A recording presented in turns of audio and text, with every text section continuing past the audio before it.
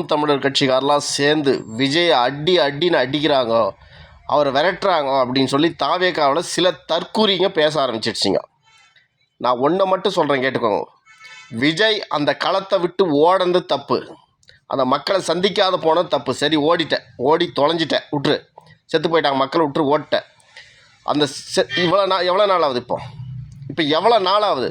விஜய் உண்மையிலேயே மனசாட்சி இருந்திருந்தால், உண்மையிலேயே அவனுக்கு மனிதநயன்னு ஒன்று இருந்திருந்தால், கடவுள் கொடுத்த இதயம் என்று ஒன்று இருந்திருந்தால், நான் போனால் தான் அந்த ஊரில் கூட்டம் சேரும், ரசிகர்கள் சேருவாங்க, அவங்கள முடியாது, அந்த 41 குடும்பத்தையும் சென்னை கூட்டினுவாங்க, நான் அவங்கள பார்த்து பேசணும்னு சொல்லி நீங்கள் சென்னை கூட்டின்னு வந்து பேசியிருக்கலாம். ஏன் உங்கள் சென்னை வீட்லேயே எல்லாருக்கும் சாப்பாடு போட்டுருக்கலாம், வயிறார சாப்பாடு போட்டு நான் செஞ்சது தப்பு தான், ஏதோ ஒன்று நடந்துருச்சுன்னு சொல்லி எந்த மீடியாவும் இல்லாமல் இது இல்லாமல் தனிப்பட்ட முறையில் அவங்கக்கிட்ட ஏதோ நடந்து போச்சு, அது காரணமாக நான் ஆயிட்டேன் அப்படின்னு சொல்லியிருக்கலாம் நீங்கள். ஆனால் சொல்லவே இல்லை நீங்கள்.